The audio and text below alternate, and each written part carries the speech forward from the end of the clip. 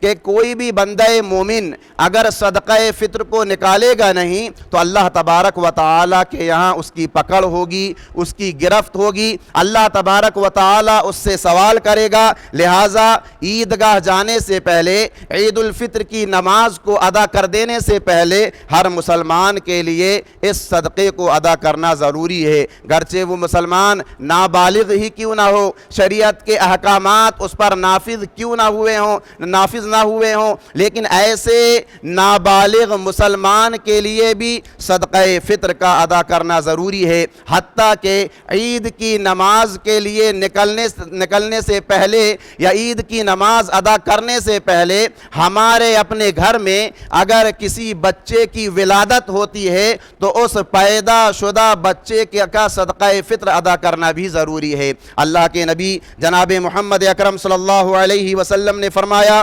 بخاری اور مسلم کی حدیث ہے، فرض رسول اللہ صلی اللہ علیہ وسلم زکاة الفطر صاعا من تمر او صاعا من شعیر علی العبد والحر والذکر والانثى والصغیر والکبیر من المسلمین، کہ اللہ کے نبی جناب محمد اکرم صلی اللہ علیہ وسلم نے مسلمانوں پر صدقہ فطر کا ادا کرنا فرض قرار دے دیا ہے۔ ایک سا کھجور ہو، ایک سا جو ہو، ہر آزاد اور ہر غلام پر، ہر مرد اور عورت پر، ہر چھوٹے اور بڑے پر، ہر مسلمان پر اللہ کے نبی جناب محمد اکرم صلی اللہ علیہ وسلم نے صدقہ فطر کو نکالنا ضروری قرار دے دیا ہے۔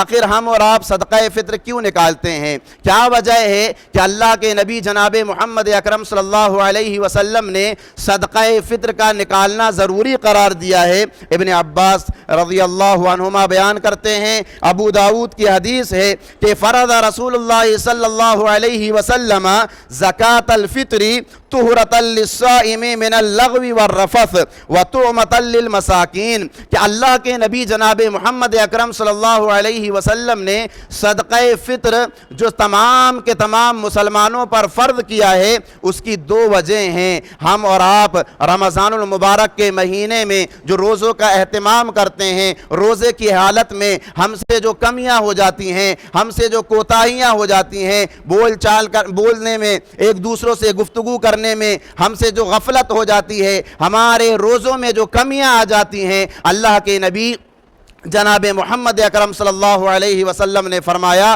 کہ صدقہ فطر ایسی کمیوں کو پورا کرنے والا ہوتا ہے۔ بندہ مومن جب رمضان کے اخیر میں صدقہ فطر کو ادا کرتا ہے تو اللہ رب العالمین اس کو روزے کا مکمل اجر و ثواب عطا کرتا ہے۔ تو یہ پہلی حکمت ہے۔ اور دوسری حکمت کیا ہے؟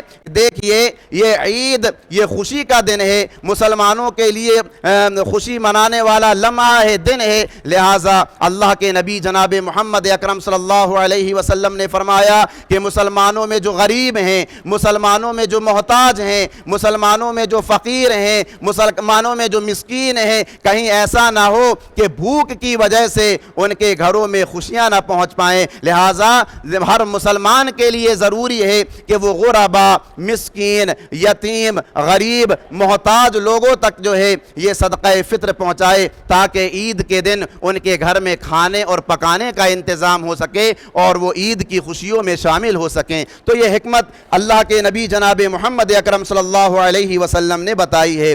صدقہ فطر ایک مسلمان کو کب نکالنا چاہیے، اس کا وقت کیا ہے؟ تو دیکھیے، اللہ کے نبی جناب محمد اکرم صلی اللہ علیہ وسلم کی حدیث کا جب ہم اور آپ مطالعہ کرتے ہیں تو پیارے نبی جناب محمد اکرم صلی اللہ علیہ وسلم نے فرمایا کہ عید کا چاند دیکھنے کے بعد اور عید الفطر کی نماز ادا کرنے سے پہلے ہر مسلمان کو چاہیے کہ وہ صدقہ فطر ادا کر دے۔ یہ اللہ کے نبی جناب محمد اکرم صلی اللہ علیہ وسلم نے حدیث مبارکہ کے اندر یہ وقت بتایا ہے، لیکن ایک دن پہلے، 2 دن پہلے، حتیٰ کہ 3 دن پہلے تک صدقہ فطر ادا کیا جا سکتا ہے۔ اس کا بھی ہمیں اور آپ کو ثبوت ملتا ہے، جیسا کہ حضرت ابو ہریرہ رضی اللہ عنہ والی وہ مشہور و معروف حدیث جس کو بارہا ہم نے سنا ہے کہ پیارے نبی جناب محمد اکرم صلی اللہ علیہ وسلم کے پاس کچھ اناج اکٹھا کیا گیا۔ اللہ کے نبی جناب محمد اکرم صلی اللہ علیہ وسلم نے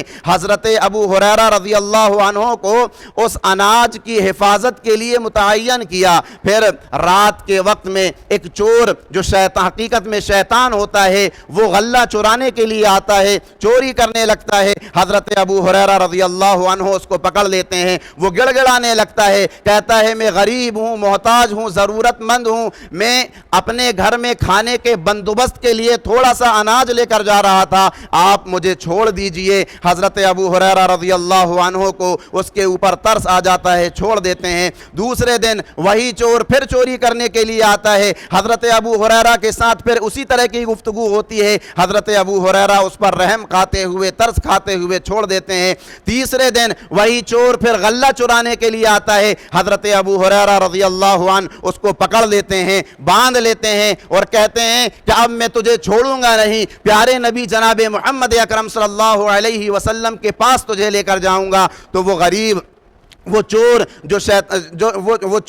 جو شیطان ہوتا ہے وہ گڑگڑانے لگتا ہے اور کہتا ہے تم مجھے چھوڑ دو، اب میں کبھی نہیں آؤں گا، لیکن میں تمہیں ایک ایسی بات بتاتا ہوں کہ جو تمہارے لیے بڑی فائدہ مند ہوگی۔ حضرت ابو ہریرہ رضی اللہ عنہ کو بتاتا ہے کہ رات میں سونے سے پہلے اگر تم آیت الکرسی پڑھ کر سو گے تو شیطان کے ہتھ کنڈوں سے، شیطان کے سر سے محفوظ رہو گے۔ اسی طرح سے تمہارے پاس اگر کوئی مال ہے، روپیہ اور پیسہ ہے، آیت الکرسی پڑھ کر اگر تم اس کو رکھ دو گے تو اللہ رب العالمین اس مال کی حفاظت کرے گا۔ بہرحال حضرت ابو ہریرہ رضی اللہ عنہ اللہ کے نبی جناب محمد اکرم صلی اللہ علیہ وسلم کی خدمت میں حاضر ہوتے ہیں، اللہ کے نبی اس چور کے بارے میں پوچھتے ہیں اور پھر اس کے بعد حضرت ابو ہریرہ رضی اللہ عنہ پیارے نبی کو ساری بات بتاتے ہیں۔ اللہ کے نبی جناب محمد اکرم صلی اللہ علیہ وسلم فرماتے ہیں کہ ہے تو وہ جھوٹا لیکن تمہیں سچی بات بتا کر چلا گیا۔ اہل علم اس حدیث کو روایت کرنے کے بعد کہتے ہیں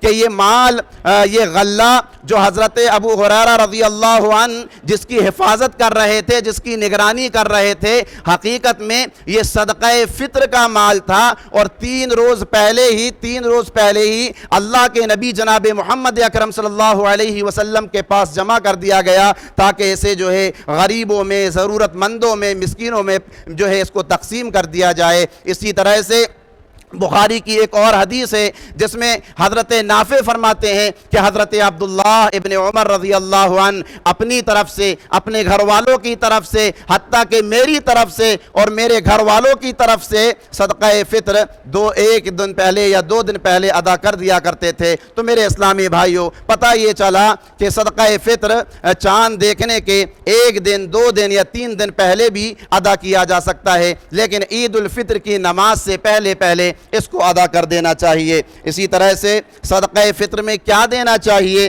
دیکھیے، اللہ کے نبی جناب محمد اکرم صلی اللہ علیہ وسلم کے عہد میں 1 سا جو آج کے زمانے میں تقریباً 2.5 کلو اناج کے قریب بنتا ہے، بلکہ تھوڑا اس سے اوپر، تو 2.5 کلو اناج صدقہ فطر کے طور پر جو ہے ہمیں اور آپ کو نکالنا چاہیے۔ اللہ کے نبی جناب محمد اکرم صلی اللہ علیہ وسلم کے زمانے میں صدقہ فطر کے طور پر جو اساسی غذا ہوا کرتی تھیں، جو کھانے پینے والی چیزیں ہوا کرتی تھیں، اللہ کے نبی اور صحابہ کرام رضوان اللہ علیہم اجمعین انہی اشیاء میں سے جو ہے صدقہ فطر ادا کیا کرتے تھے۔ جیسا کہ اللہ کے نبی جہاں حضرت ابو سعید خدری رضی اللہ عنہ بیان کرتے ہیں کہ ہم لوگ جو ہے کھانے 1 سا کھانا یا 1 سا جو یا 1 سا کھجور یا 1 سا پنیر یا 1 سا منقع جو ہے صدقہ فطر کے طور پر اس کو نکالا کرتے تھے، ادا کیا کرتے تھے۔ اور یہ وہ چیزیں ہیں جو اللہ کے نبی جناب محمد اکرم صلی اللہ علیہ وسلم کے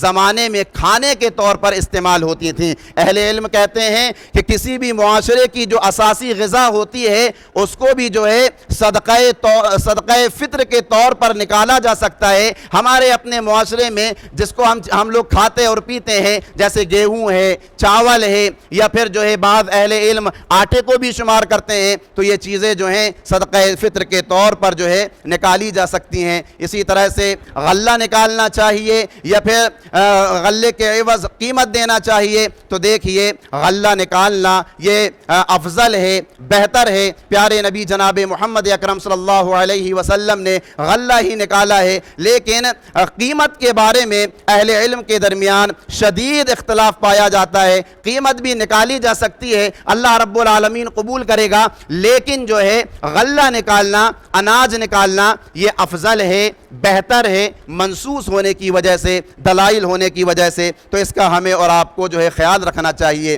وہی میرے اسلامی بھائیوں، عید کی مناسبت سے جو احکام و مسائل پیارے نبی جناب محمد اکرم صلی اللہ علیہ وسلم سے ثابت ہیں، صحابہ کرام رضوان اللہ علیہم اجمعین سے ثابت ہیں، ان مسائل میں ایک مسئلہ یہ بھی ہے کہ جب ہم اور آپ عید کی نماز کے لیے نکلیں تو ہمیں اور آپ کو جو ہے اچھی طرح سے غسل کر لینا چاہیے۔ پیارے نبی جناب محمد اکرم صلی اللہ علیہ وسلم کے عمل سے غسل تو ثابت نہیں ہے کہ اللہ کے نبی جناب محمد اکرم صلی اللہ علیہ وسلم نے غسل کیا ہو، کسی صحیح اور صریح حدیث سے اس کا ثبوت نہیں ملتا، لیکن ایک ضعیف حدیث ہے جس میں یہ بیان کیا گیا ہے کہ اللہ کے نبی جناب محمد اکرم صلی اللہ علیہ وسلم نے عیدین کے موقع پر غسل کیا ہے، اور اس کی تائید صحابہ کرام رضوان اللہ علیہم اجمعین کے عمل سے بھی ہوتی ہے کہ صحابہ کرام رضوان اللہ علیہم اجمعین عیدین کے موقع پر اچھی طرح سے غسل کیا کرتے تھے۔ حضرت عبداللہ ابن عمر رضی اللہ عنہما کے بارے میں آتا ہے کہ عید کے موقع پر جب وہ عید کی نماز کے لیے نکلا کرتے تھے تو اچھی طرح سے غسل کر لیا کرتے تھے۔ حضرت عبداللہ ابن عمر رضی اللہ عنہ کے بارے میں آپ جانتے ہی ہوں گے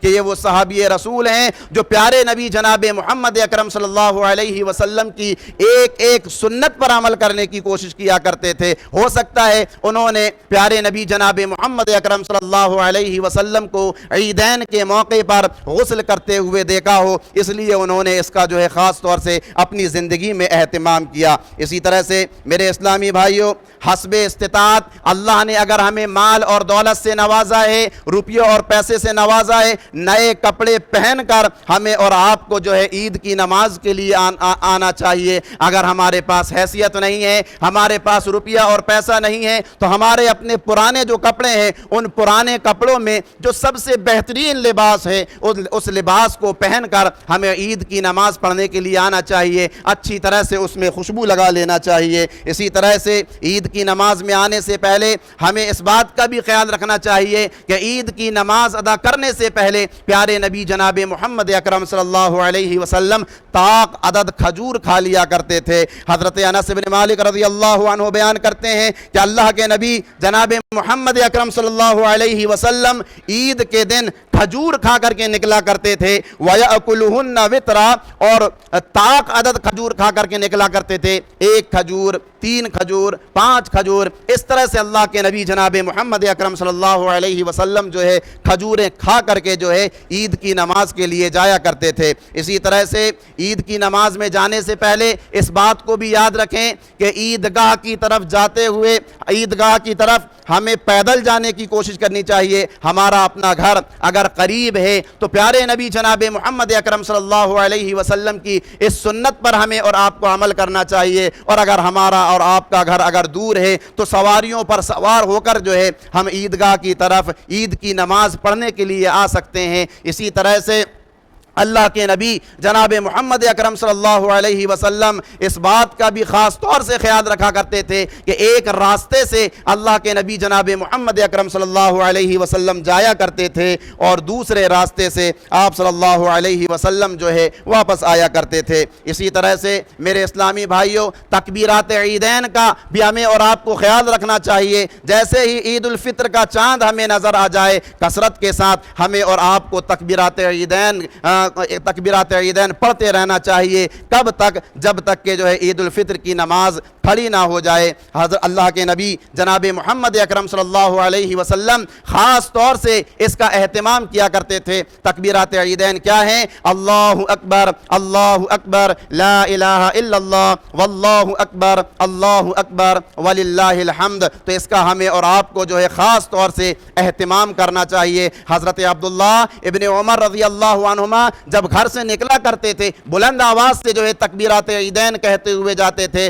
اور اس وقت تک پڑھتے رہتے تھے جب تک کہ عید کی نماز کے لیے امام صاحب مصلی پر کھڑے نہ ہو جائیں۔ تو اس کا ہمیں اور آپ کو خیال رکھنا چاہیے۔ اسی طرح سے میرے اسلامی بھائیوں، عیدگاہ میں عیدین کی نماز پڑھنا یہ سنت ہے۔ عید کی نماز مسجد سے باہر میدانوں میں ہونا چاہیے۔ یہ پیارے نبی جناب محمد اکرم صلی اللہ علیہ وسلم اس کا خاص اہتمام کیا کرتے تھے۔ آپ صلی اللہ علیہ وسلم مسجد سے باہر نکل کر میدانوں میں عیدگاہ کی جانب جا کر کے عید کی نماز کو ادا کیا کرتے تھے، جیسا کہ حضرت ابو سعید خدری رضی اللہ عنہ بیان کرتے ہیں کہ آپ صلی اللہ علیہ وسلم عیدین کی نماز پڑھنے کے لیے عیدگاہ کی طرف جاتے تھے، پھر وہاں پر جا کر کے 2 رکعت نماز ادا کیا کرتے تھے۔ نماز ادا کرنے کے بعد خطبہ دیا کرتے تھے، لوگوں کو نصیحت کیا کرتے تھے اور تمام مسلمانوں کے لیے دعا کیا کرتے تھے، اور جو بھی پلاننگ ہوتی تھی وہیں پر اللہ کے نبی جناب محمد اکرم صلی اللہ علیہ وسلم پلان کیا کرتے تھے۔ تو ہماری اپنی یہ کوشش ہونی چاہیے کہ پیارے نبی جناب محمد اکرم صلی اللہ علیہ وسلم کی اس سنت کو ہم اور آپ جو ہے زندہ کریں۔ ہماری اپنی عیدگاہ ہونا چاہیے۔ میدانوں میں عید کی نماز پڑھنے کی ایک الگ رونق ہوتی ہے، ایک الگ خوشی ہوتی ہے۔ اس خوشی کو ہمیں اور آپ کو حاصل کرنے کی کوشش کرنی چاہیے۔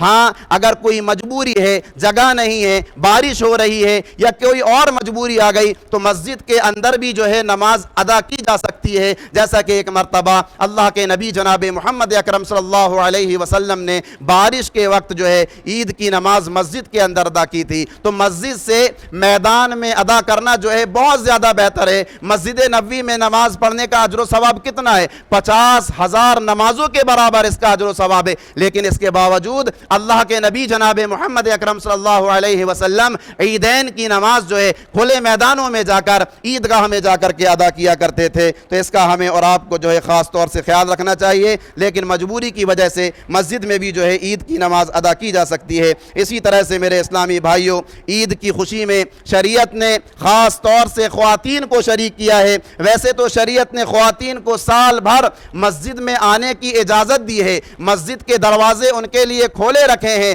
لیکن عیدین کے موقع پر پیارے نبی جناب محمد اکرم صلی اللہ علیہ وسلم نے خاص طور سے عورتوں سے مخاطب ہو کر کہا کہ تم عیدگاہ آیا کرو اور عیدگاہ میں آ کر کے نماز پڑھا کرو اور اس میں کی جانے والی دعاؤں میں شامل ہوا کرو، اور اگر کوئی عورت کسی مجبوری ہے وہ نماز نہیں پڑھ سکتی تو اس کو بھی جو ہے عیدگاہ آنا چاہیے، اور وہ نماز نہ پڑھے، الگ بیٹھ جائے، لیکن دعاؤں میں شامل ہو۔ اللہ کے نبی جناب محمد اکرم صلی اللہ علیہ وسلم سے خاتون نے کہا، اے اللہ کے رسول، اگر کسی کے پاس پردہ نہیں ہے، حجاب نہیں ہے، اپنے اوپر ڈالنے کی چادر نہیں ہے، تو کیا ایسی عورت کو بھی جانا پڑے گا؟ اللہ کے نبی جناب محمد اکرم صلی اللہ علیہ وسلم نے فرمایا کہ اس کی سہیلیوں کو چاہیے، اس کے گھر والی عورتوں کو چاہیے کہ جن کے پاس حجاب ہے، 2 عورتیں ایک چادر میں لپٹ کر عیدگاہ کی طرف آئیں۔ عیدگاہ میں اللہ کی رحمتوں کا نزول ہوتا ہے، اللہ کی برکتوں کا نزول ہوتا ہے،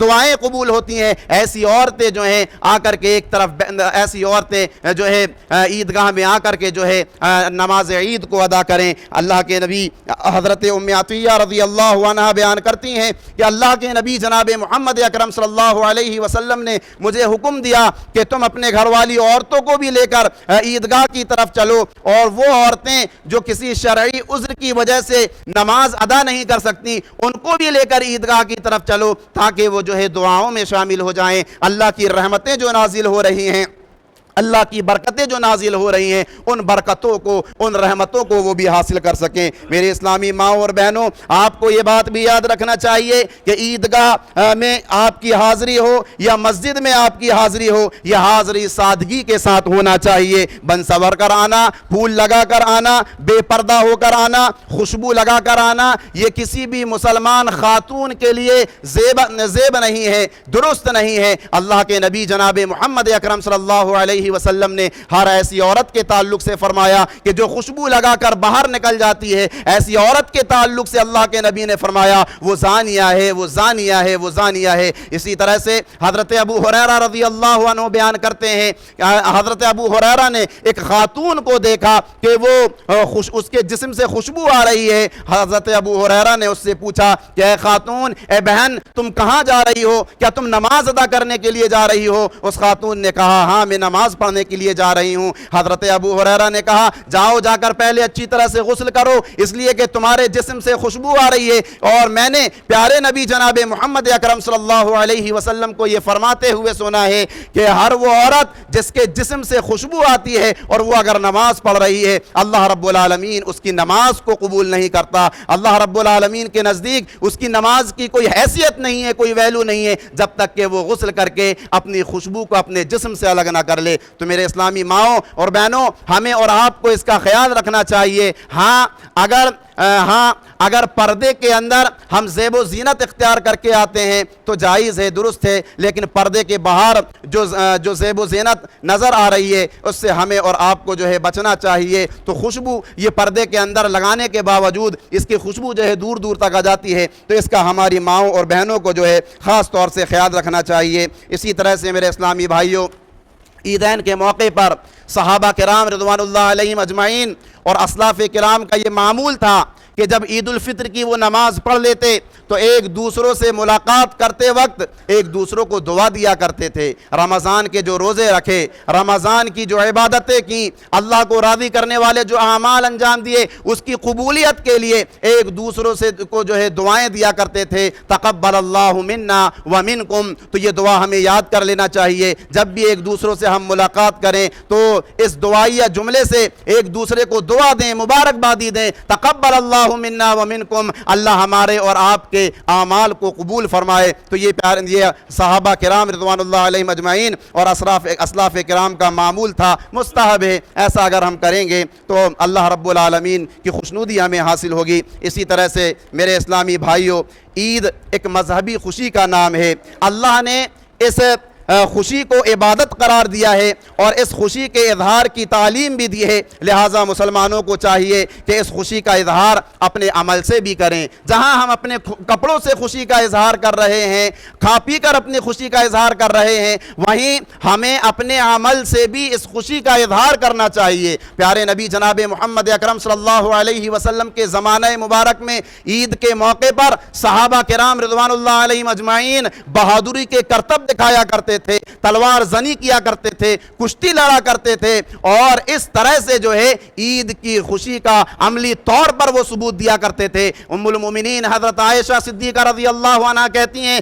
کہ مسجد کے اندر صحابہ کرام اپنے بہادری کے کرتب دکھایا کرتے تھے. میرا دل چاہتا تھا کہ میں بھی اس کو دیکھوں. اللہ کے نبی بھانپ جایا کرتے تھے اور مجھے اپنے اونٹ پہ لے جا کر کے اپنے پیچھے پردے میں رکھ کر کے جو ہے صحابہ کے کرتب دکھایا کرتے تھے, اور میں اس وقت تک دیکھتی رہتی تھی جب تک کہ میں تھک نہ جاؤں. اور اللہ کے نبی جو ہے اپنی طرف سے کبھی مجھے یہ نہیں کہتے تھے کہ اے عائشہ اب اندر چلی جاؤ, بلکہ وہ مجھے کرتب دکھاتے رہتے تھے. اور جب میں تھک جایا کرتی تھی تو اللہ کے نبی سے کہتی تھی کہ اللہ کے نبی, اے میرے شوہر محترم, اب مجھے حجرے کے اندر چھوڑ دیجئے. اسی طرح سے ایک مرتبہ اللہ کے نبی جناب محمد اکرم صلی اللہ علیہ وسلم حضرت عائشہ صدیقہ رضی اللہ عنہا کے حجرے میں تھے. دو چھوٹی چھوٹی انصار کی بچیاں جو ہیں نظمیں پڑھ رہی تھیں, اشعار پڑھ رہی تھیں. حضرت ابو بکر صدیق رضی اللہ عنہ اس وقت آئے اور انہوں نے دیکھا کہ چھوٹی چھوٹی بچیاں بچیاں جو ہیں اشعار پڑھ رہی ہیں, نظمیں پڑھ رہی ہیں,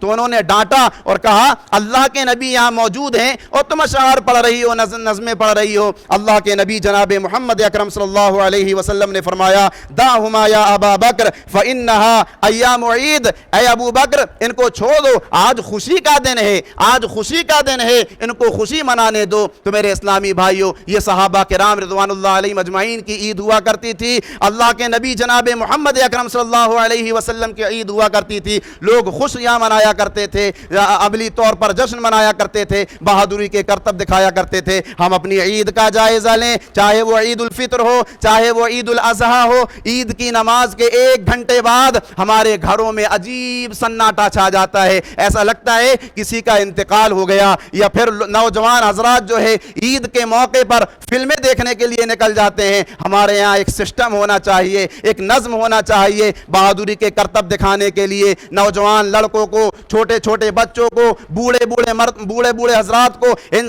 تمام لوگوں کا کی ایک پلاننگ ہونی چاہیے, منصوبہ بندی ہونی چاہیے کہ عید کے دن جو ہے چھوٹے چھوٹے بچوں کو گیم کھلائے جائیں, نوجوان بچوں کو گیم کھلائے جائیں, جوان بچوں کو گیم کھلائے جائیں, ادھیڑ عمر والوں کے الگ گیم ہوں, بوڑھے لوگوں کے الگ گیم ہوں. تو میرے اسلامی بھائیوں, یہ عملی طور پر ہماری اور آپ کی جانب سے جو ہے خوشی کا اظہار ہوگا. لیکن افسوس کی بات ہے معاملہ اس کے بالکل الٹا ہے. آنے والی نسلیں کہیں ایسا نہ ہو کہ عید کے دن سے جو ہے بدظن ہو جائیں, چڑ جائیں اور عید کے دن کو جو ہے خوشی کا دن جو ہے تسلیم کرنا جو ہے بھول جائیں. تو میرے اسلامی بھائیوں, اس کا ہمیں اور آپ کو خیال رکھنا چاہیے. منکرات میں بھی بہت سارے منکرات ہیں. وقت مکمل ہو گیا ہے. عید کی رات میں جاگنا لوگ بڑی فضیلت والا کام سمجھتے ہیں, یہ درست نہیں ہے, جائز نہیں ہے, ضعیف حدیث ہے. اسی طرح سے عید کی نماز کے بعد فوراً قبرستان کا رخ اختیار کر لینا کہ ہمارے اپنے عزیز, ہمارے اپنے رشتہ دار یہاں پر دفن ہیں, آج یہ ہماری دعاؤں میں اور ہماری خوشیوں میں شامل ہوں گے, تو یہ بھی درست نہیں ہے.